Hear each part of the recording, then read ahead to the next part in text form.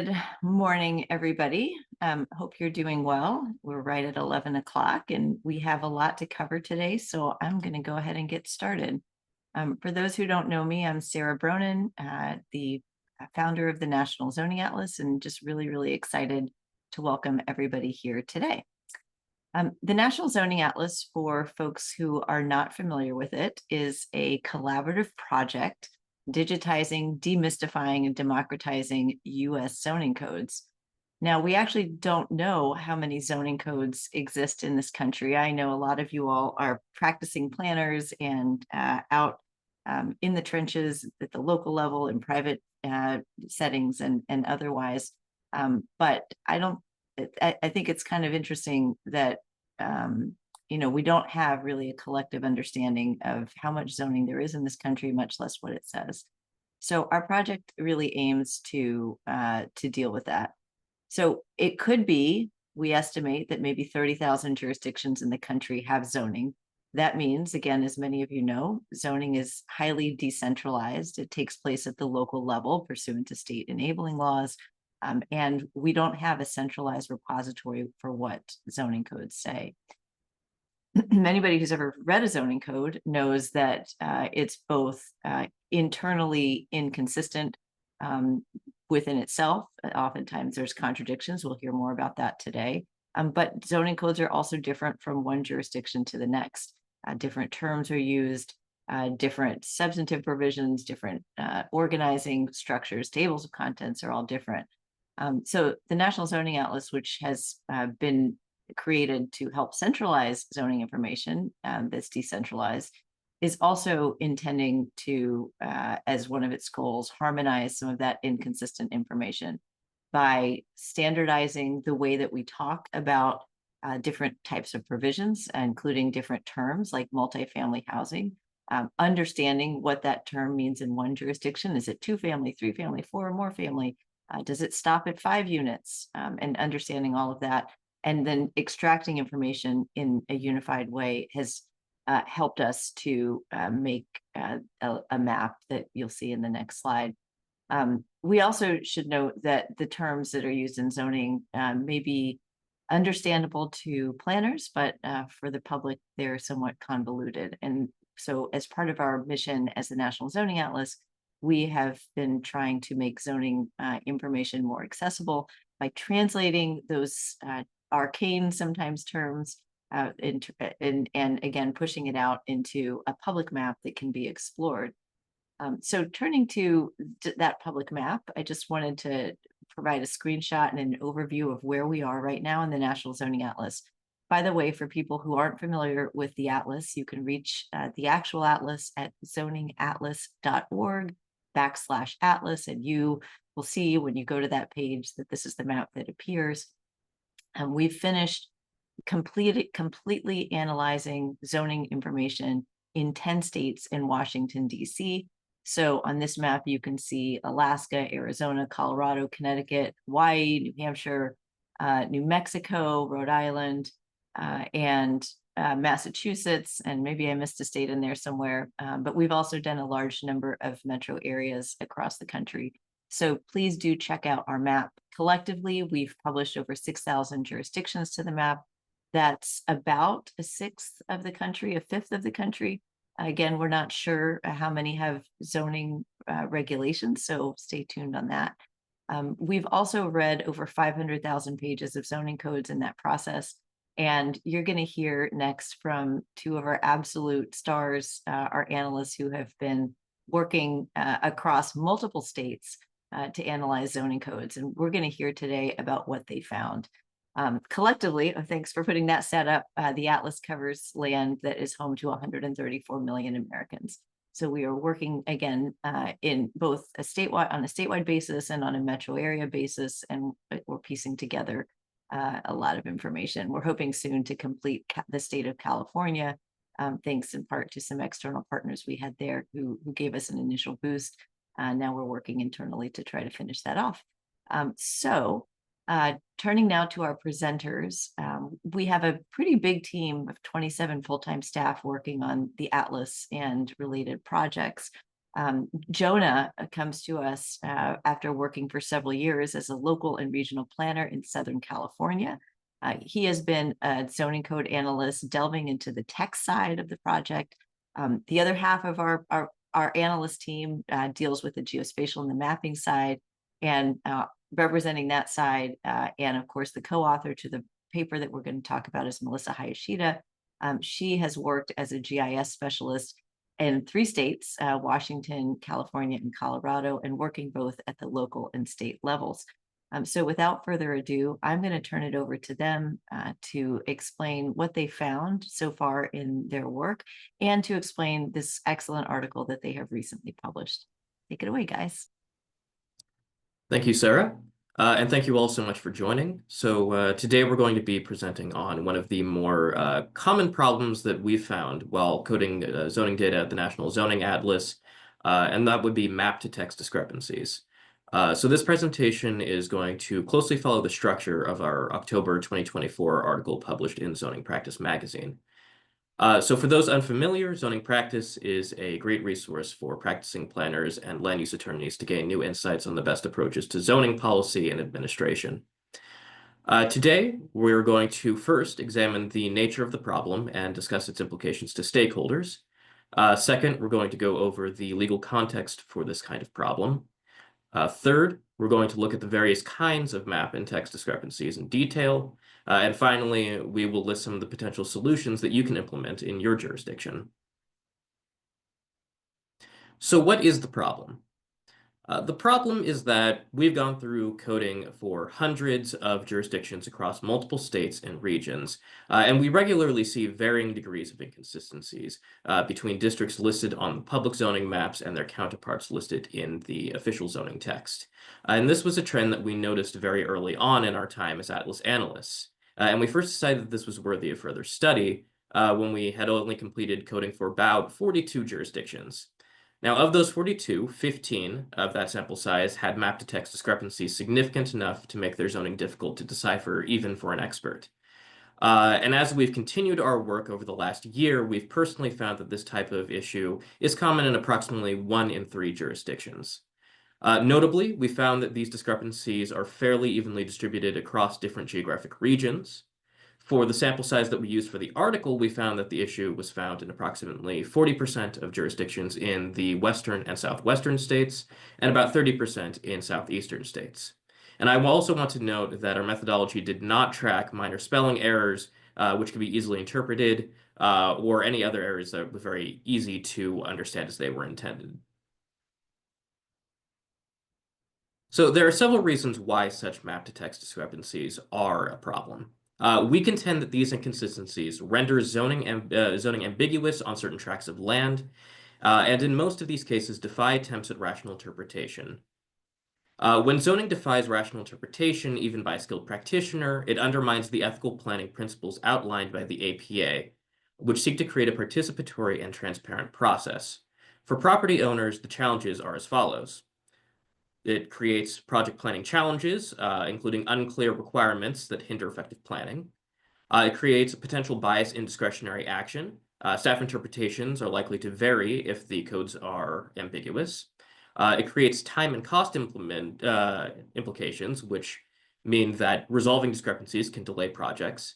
And increased due diligence, which requires more burden placed on developers to thoroughly verify zoning information. Speaking more broadly, prolonged transparency issues may erode public trust in local governance, raise concerns about fairness, produce inconsistent outcomes, and transparent public participation in the process, and reduce transparent public participation in the process. So there's also a legal context for this issue, which goes beyond public and private participation. Ambiguous and unwieldy codes may violate federal law. So most practicing planners are familiar with the 1926 Supreme Court case Euclid v. Ambler Realty, which upheld the legality of local zoning ordinances. Fewer, however, may be familiar with a case that was decided earlier that year, Connolly v. General Construction Company. And this case referenced what is known as the vagueness doctrine. In order for a statute to be constitutional, it must be clearly written and specific enough for an average citizen to understand. Anything which falls short of this standard constitutes a violation of due process.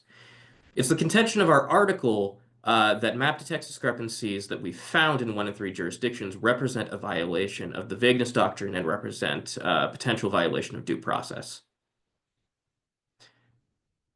In legal terms, map to text discrepancies are a problem because they create confusion about the legal rights and responsibilities of property owners within a jurisdiction. Such discrepancies create tracts of ambiguously regulated land that defy objective interpretation. This may require local planning staff to resolve the discrepancy, but that raises the possibility of potential biases in what ought to be ministerial actions. In such cases, the private citizen is then faced with two decisions: accept the interpretation of local planning staff, or challenge it through a long and costly administrative or legal process. And with that, I'm going to hand it over to my colleague Melissa to detail some of the examples of discrepancies that we found. Thank you, Jonah. As Jonah mentioned, we came across a variety of discrepancies between zoning maps and zoning texts. We classified these into 5 types to help make it easier for local planners and GIS staff to identify potential issues. We also identified when the discrepancies could cause a transparency or public trust issue, and when they could rise to the level of a legal issue for the jurisdiction. Often, map-to-text discrepancies are caused by clerical errors. Clerical errors can take various forms, such as typographical mistakes, omissions, or incorrect recordings of proposed ordinance statuses. While they may seem minor, they can lead to confusion about the actual zoning designations for specific tracts of land. Clerical errors may lead to transparency or public trust issues when an area is mistakenly marked as one zoning district on a publicly available unofficial zoning map, but the actual zoning district designation for that area, according to the official zoning map, is different.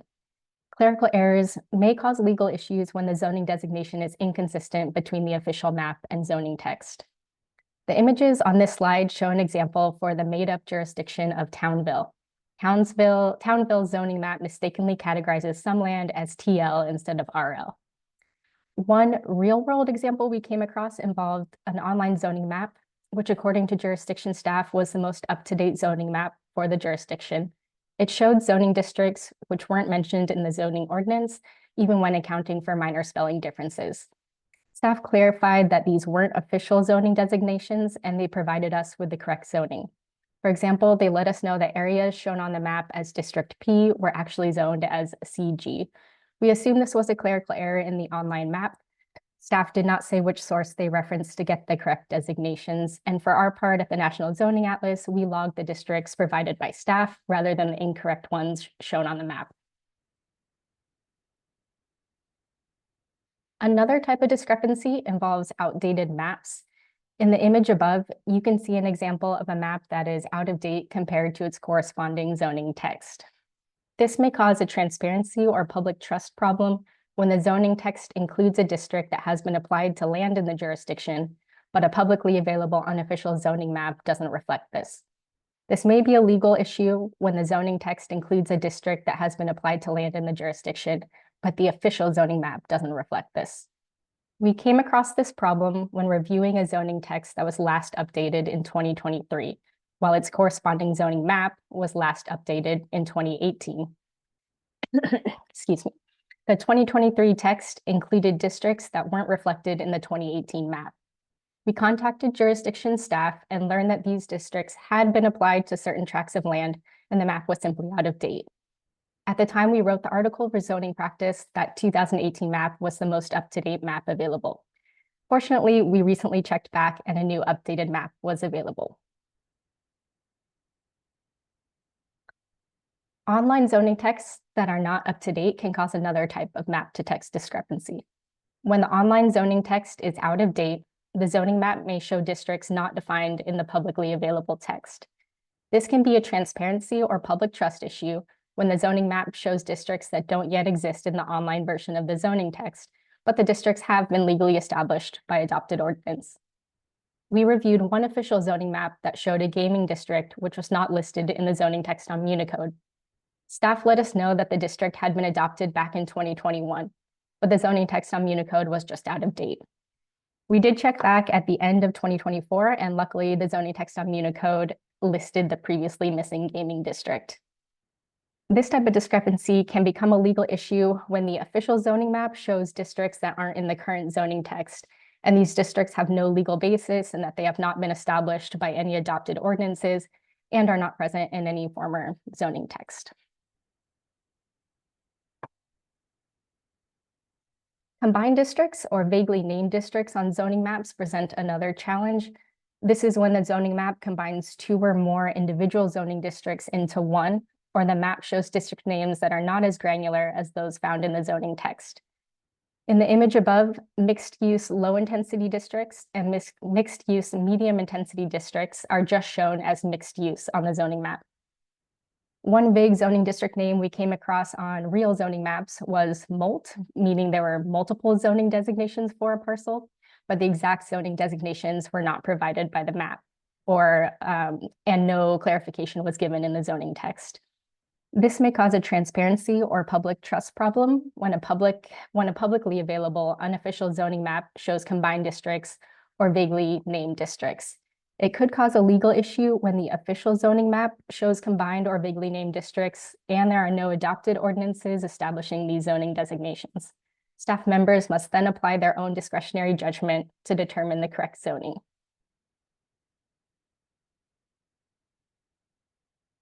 Here's another example of combined districts on a zoning map. The zoning text for a city lists the R1A and R1B zoning districts as two separate districts and provides separate regulations for each. The official zoning map, however, combines these two into a single R1A/R1B district. Similarly, the official zoning map combines two separate R2 districts into a single district.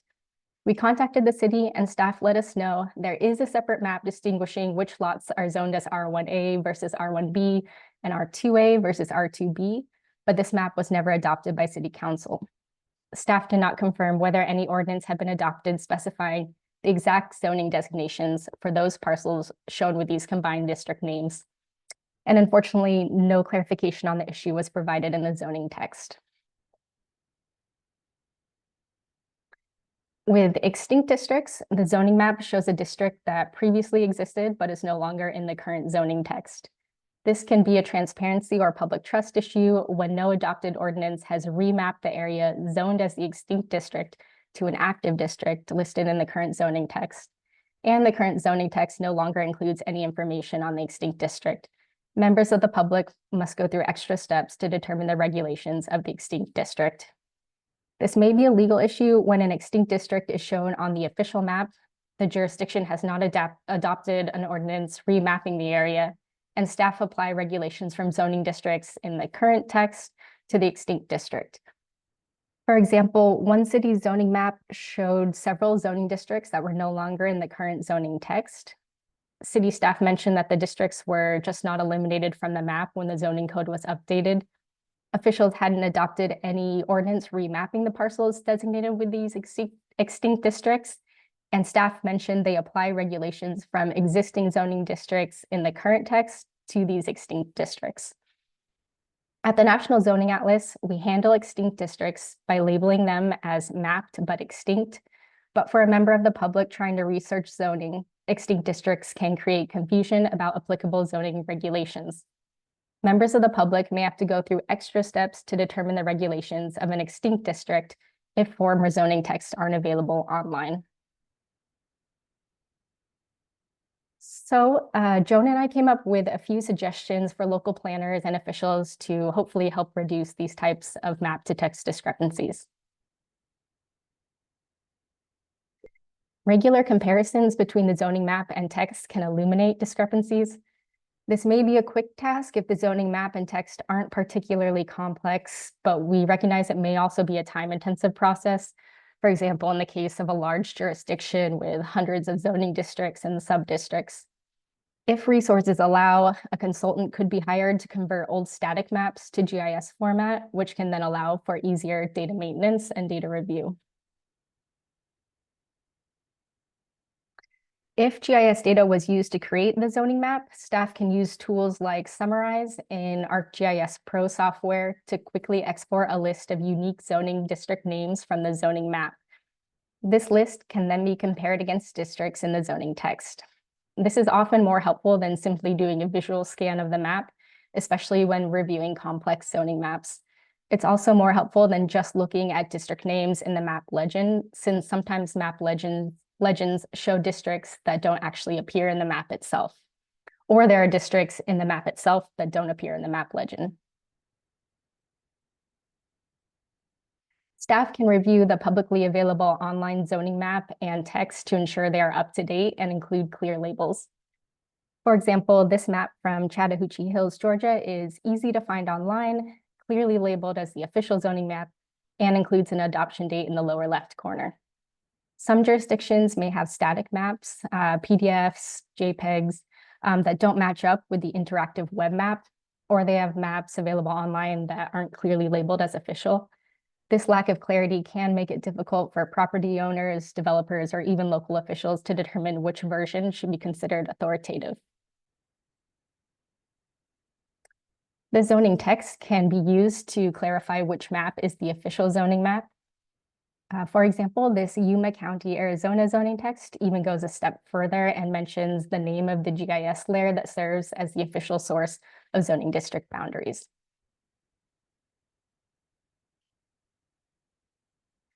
If the zoning map uses GIS data, map amendment dates and ordinance references can be tracked in the GIS data. Later, if discrepancies between the map and text arise, future staff can reference these records to better understand applicable law. In this image, Reno, Nevada's parcel GIS data shows the zoning designation for each parcel, along with ordinance references.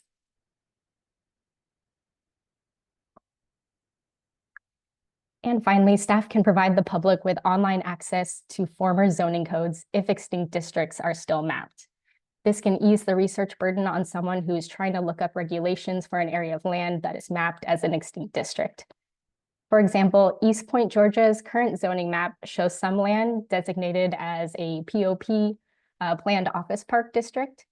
POP is an inactive district, but members of the public can fortunately still access its regulations via an appendix in East Point's online zoning text. And now I will pass it back to Jonah. So we hope that by reducing confusing discrepancies between zoning maps and texts, these suggestions can help planners and local leaders establish and maintain zoning maps and texts that best engage with their constituents. Making it easier for the public to interpret zoning maps and texts and thereby improving the public's understanding of local zoning can empower residents with a greater ability to engage in zoning decisions. Finally, improving the constituent experience and building greater public trust can also help planners working to enact positive community changes through zoning and to gain public support through these changes. So thank you for all of your time. We'd also like to thank David Morley with the APA, who was very helpful in getting our article off the ground, as well as Sarah Bronin and Diana Drogaris for their encouragement and editing assistance. We're also grateful to our many conversations with county, city, and town staff members. And with that, I will pass it off to Sarah. Great. Thanks, you guys, and great presentation. And I would be remiss if I didn't say that if you wanted to continue hearing more about our work, future research briefs, as well as published districts and jurisdictions, follow us on Blue Sky, LinkedIn, Instagram, YouTube, and you can always email us. We are open to getting information from anybody about updates that have happened to maps and more. And I do actually see a good number of questions in the Q&A. I, of course, have some questions queued up, but I'm going to go ahead and go to some of the questions in the Q&A. I think we may have answered the first one, clarifying what you mean by map to text discrepancy, but do you want to summarize in case anybody came in late what that means?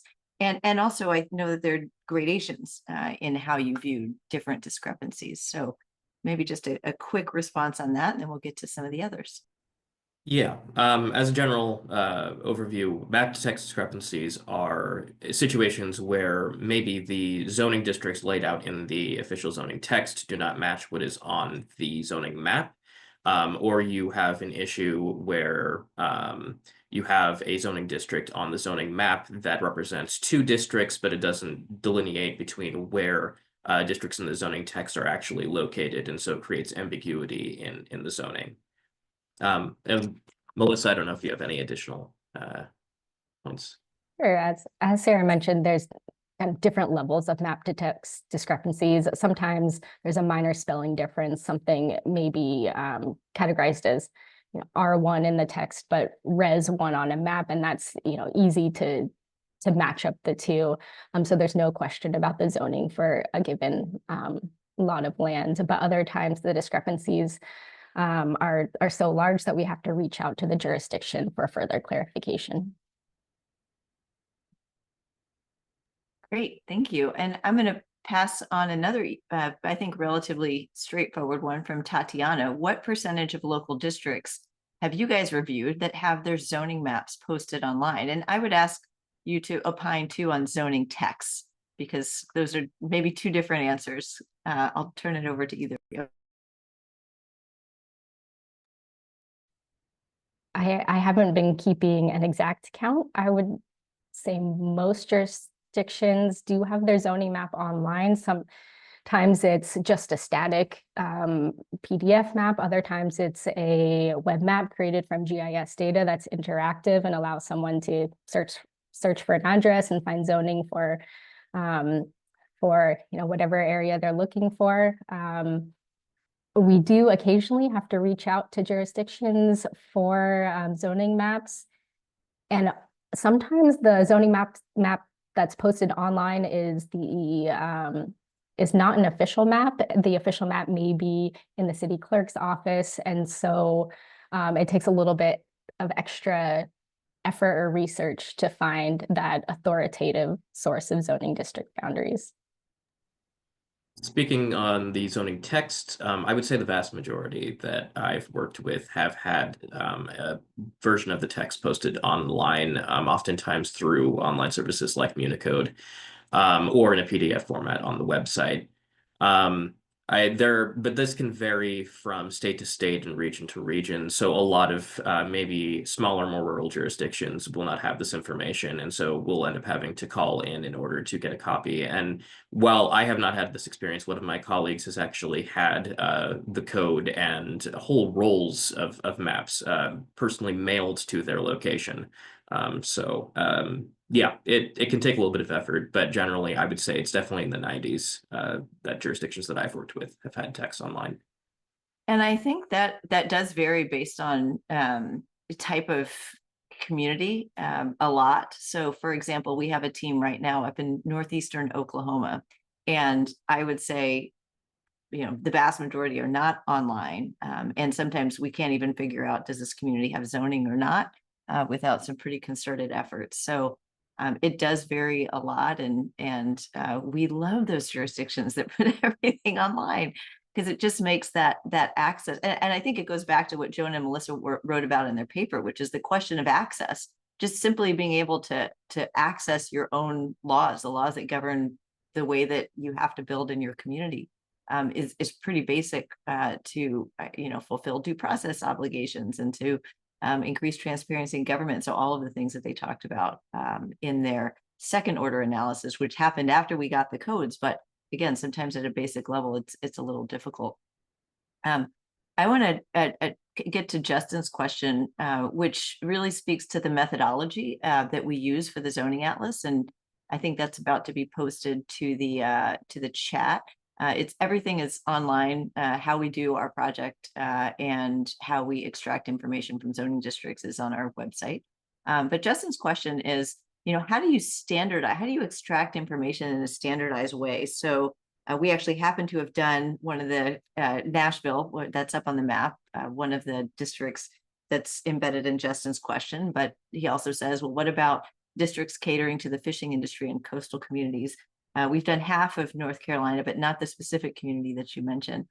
So Jonah, I'll turn it over to you. What we do focus on housing, of course, and how we extract data from the text, but how do you take different terms that are used in different zoning codes in different districts and harmonize them using our methods? Yeah, so I think, yeah, as Sarah said, we generally focus on how to harmonize a lot of housing uses. We focus on that, though we do note whether or not there's a mixed use or whether it's a non-residential use district. If it's a particularly special district that we're unable to code in one for one, where we're looking at setback requirements, development dimensions, what types of residential uses are allowed on the property. What we'll do is we'll leave an internal note that oftentimes is quoted directly from the text itself that clarifies the particular circumstances of that district. And that's especially useful for categorizing things like affordable housing regulations, which can vary quite a lot from region to region, jurisdiction to jurisdiction, and state to state. And so that's just one way that we're able to capture that. There are also a lot of planned districts, PRD districts, that have been approved through a lengthy public process. And we do take note of that for every district of whether or not it is a planned residential development or a planned district in general. And so that's one of the other sections that we're able to take note of. Great, thank you. I'm going to turn to Britton's question. When Britton says that they notice many municipalities use the respective county parcel map as a basic overlay to the zoning map. So I think this is a question for Melissa. How many times have you seen discrepancies between the zoning code and parcels? Because I know you're down sometimes in the foot by foot details when it comes to parcels. And are there discrepancies between when parcels are subdivided? How do you deal with roads, new roads? So take it away. Sure. Our methodology with the NZA stipulates that we usually remove right-of-ways from our zoning map so that we are just looking at the parceled areas. Sometimes the jurisdiction's GIS data has already done this for us. But as far as subdivided parcels go, I have seen many times where a certain area on a zoning map might be just labeled as multiple zoning with no, excuse me, with no further information on, which parts of the parcel are categorized as one zone and which parts are categorized as another. And so that can be a little tough because then our calculations can be a little bit off.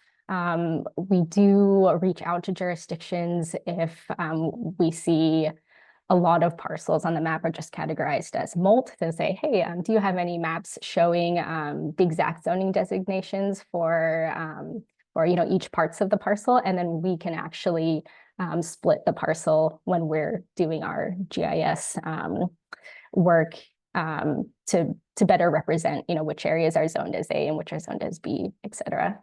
But it is a challenge.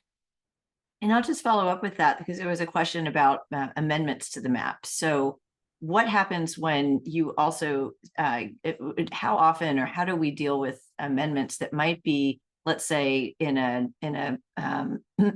maybe in Municode in the text or available online as part of meeting minutes, and they're again rezonings for the map, and that may have a discrepancy with the official map, which may not be updated. And so I think you also see that too in the GIS files, sometimes lagging behind. Is that right? That is correct. Yeah, and sometimes we'll see that the GIS data is actually more up to date than a posted static official zoning map. But it's really handy when the GIS data has an effective date and an ordinance reference number, because then I can do the research to go, okay, did this parcel actually get rezoned? Did the map amendment go through? And then I could make sure to make that change in the map. Right now, we are trying to build out the atlas, and so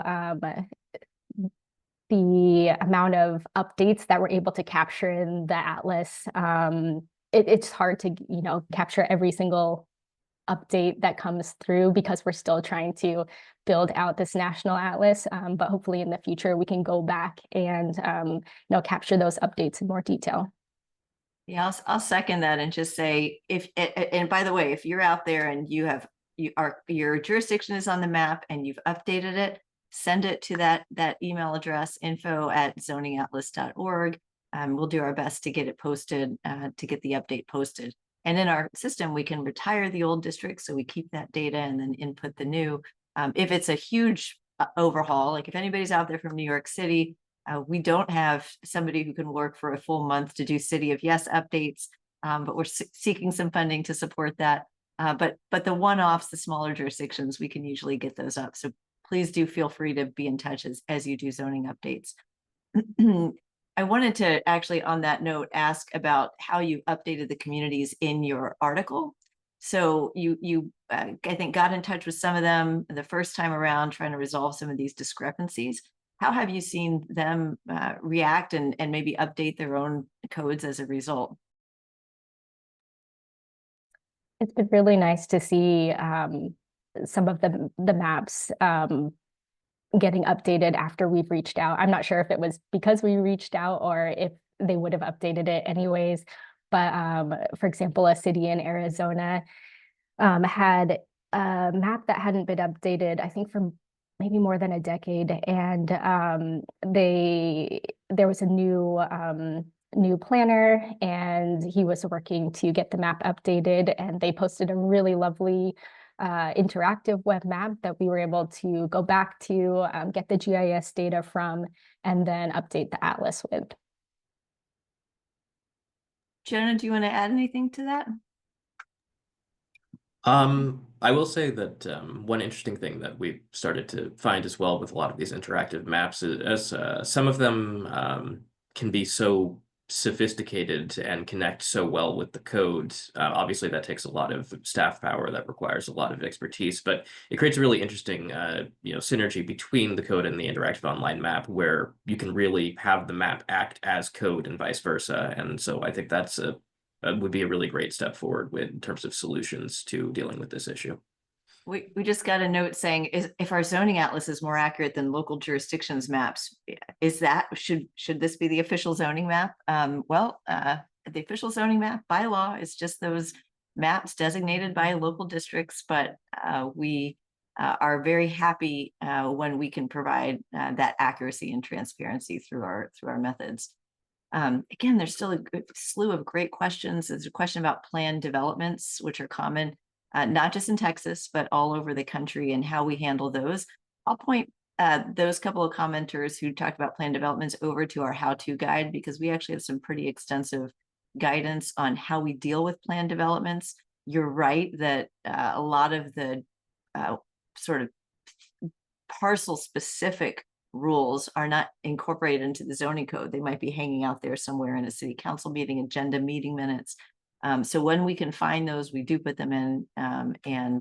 But if we can't find those easily, then we log it as a planned development district and move on.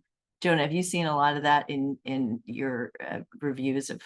Definitely. I've come across cities that are, 60 to 70% planned development districts. And so it can be somewhat time consuming to sort of pour through those, but being able to log them and have it a reserved place for planned development districts, being able to acknowledge the changes require, it's not just a by right process, but requires public hearing, putting in individual notes for those jurisdictions on what kind of dimensional standards that they allow and what they require, and design standards are all part of the process. Thank you. I'm going to go to Steve's question. Steve asks, do you get a sense from your research if discrepancies were put in place intentionally, trying to privilege information to keep to prevent public backlash, or is this just really a complexity and local government capacity problem?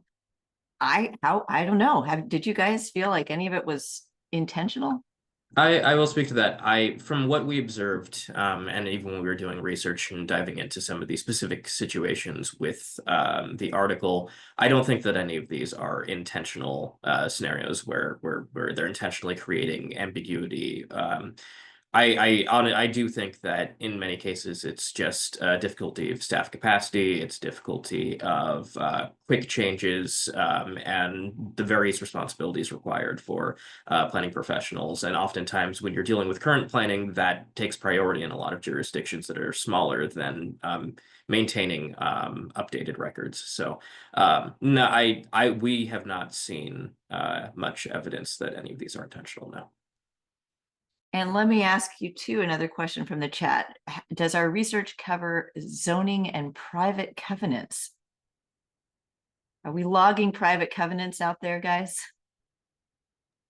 We are not as yet logging private covenants. However, that information, I think, is something being looked at for potential expansion of the project. But right now, we are focused on logging all the zoning data. And I would say that trying to centralize zoning information for the entire US is ambitious project enough right now. Yeah, I hope somebody takes that up and can overlay that on our data, but we're not tackling private covenants at this point. That's kind of a nice segue to another question, which is what was the impetus for the National Zoning Atlas? Under what organization? How is it funded? Who is your client? So a lot of our organizational history is on our website, zoningatlas.org, if you go to the /about page. But it really started in Connecticut through an organization that I started, a social justice zoning reform organization called Desegregate Connecticut, now a program of the Regional Plan Association. Through that effort, we had about 80 collaborating in nonprofit institutions as part of our umbrella, and people kept asking us, how does Connecticut zone? And we didn't know. So we got a group of folks together to build the Connecticut Zoning Atlas, which was the first one completed. Then I wrote the methodology, the original one with our geospatial person at the time, Ilya Ilyanku, and then moved forward. That was all free, except for a bit of Ilya's time to do the actual map. But that effort, funding wise, was just a because we felt like people needed to know, and so a lot of people pitched in, including students, planners, and others. And it's since grown. All of our funders are pretty much on our website on the team page. If you look at that page, if you scroll down, a variety of our funding comes from foundation sources, private philanthropy, as well as a couple of public entities. So our impetus and our motivation is still the same. And I think Jonah and Melissa, we all share this. Diana, we just want to help people understand these important rules that govern our lives. So we're going out and reading hundreds of thousands of pages of zoning codes in order to do that. I think the last couple of questions are how to get involved with the project. Can communities submit their information? And are we looking for volunteers? And normally I would turn this question over to Diana because she is our engagement coordinator, but I think she's behind the scenes today. So maybe I will just just answer for her, unless you want to chime in, Diana, that we have kind of we originally started with a model that really relied on a sprawling network of external organizations that did help us input a lot of the initial data. We have sort of shifted to become more of a centralized body, in part because different timelines, different ways of interpreting zoning data just led to the need for us to keep kind of trying to figure out how we centralize this. And so we have started to build our own project team out, and external teams are supporting through sometimes through data collection and analysis, but often through engagement and outreach activities. And Diana is coordinating that. In terms of volunteers, the primary way that we are incorporating volunteers at this point is for people who want to go out and identify which jurisdictions have zoning in a particular geography and which ones do not. We have active volunteers working in Iowa, although there's, I think, 2,000 jurisdictions there. We're happy for more volunteers if anybody's out there in Iowa.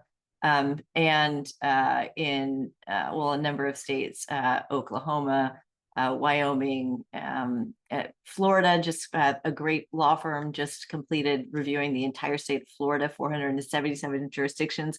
Only 5 don't have zoning, but now we have a head start there. They collected zoning codes and maps. So, something like a pro bono law firm who wants to help us complete the review of a jurisdiction is a great way to get involved without doing the actual technical analysis. And it helps us paint a picture of, in Florida's case, the overwhelming amount of work that we're going to have to do as we ramp up to try to fundraise for and build out the Florida Atlas. Although we do have some jurisdictions in the Miami area underway. So as far as volunteers, if you have a significant amount of time and 10 hours a week, and you'd be willing to bite off a jurisdiction that we haven't covered, that's a great way to help the project. It just helps us understand how much more we need to do. And I think we're at time. So we have a couple more questions in the chat, but and also just one last one: how communities can get involved. We have a way. Feel free to be in touch for communities to get up on the map, but unless we are funded for a region or a state or a metro area, we usually don't veer off too far.